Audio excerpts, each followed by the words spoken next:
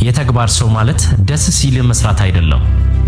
ደስ ሲለውማ ማንም ይሰራል። እየደበረ በቃ ሰውነትህ እፍፍ ያለ መነሳት ነው። አለዚያ የስሜትህ ባሪያ ትሆናለህ። ጨክነ ማድረግ አለብህ። ወደ ተግባር መግባት አለብህ። ሲመች መስራት አይደለም የተግባር ሰው ማለት። ጊዜያዊ ደስታ የሚሰጡህን ነገሮች በጥበብ እለፋቸው።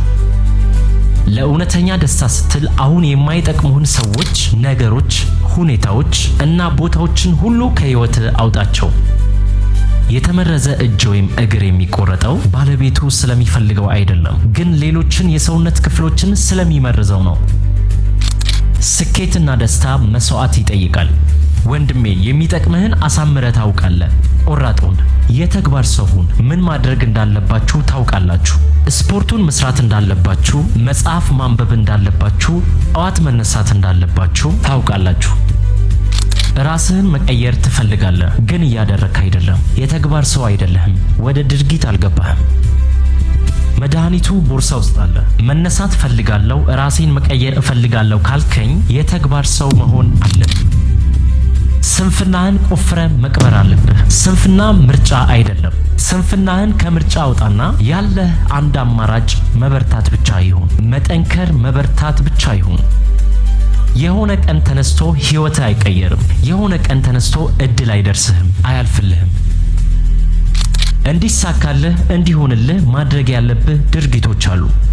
ወደ ተግባር መግባት፣ በሐሳብ መንሳፈፍ። ካልሰራ፣ ካልጠነከርክ፣ ካልደከምክ ዓለም በሙሉ አያከብርህም። ቤተሰቦች ይንቁሃል፣ እንደዚሁም ጓደኞች ይንቁሃል። ራስን መቀየር ትፈልጋለህ፣ ነገር ግን ምንም ድርጊት የለም። ማቀድ ብቻ፣ ማሰብ ብቻ፣ ምን ላድርግ ማለት ብቻ። ምንድነው ያስፈራ? የትኛውን ገንዘብ እንዳታጣ፣ የትኛው ዝና እንዳይበላሽብህ ነው የተጨነቀው? ከመሬት ወዴት ይወደቃል? ሳትጨነቅ በወኔ እኔ ምንም ሰው ነኝ፣ ከዚህ በኋላ ግን የሆነ ነገር እፈጥራለሁ፣ የሆነ አዲስ ነገር አደርጋለሁ በል።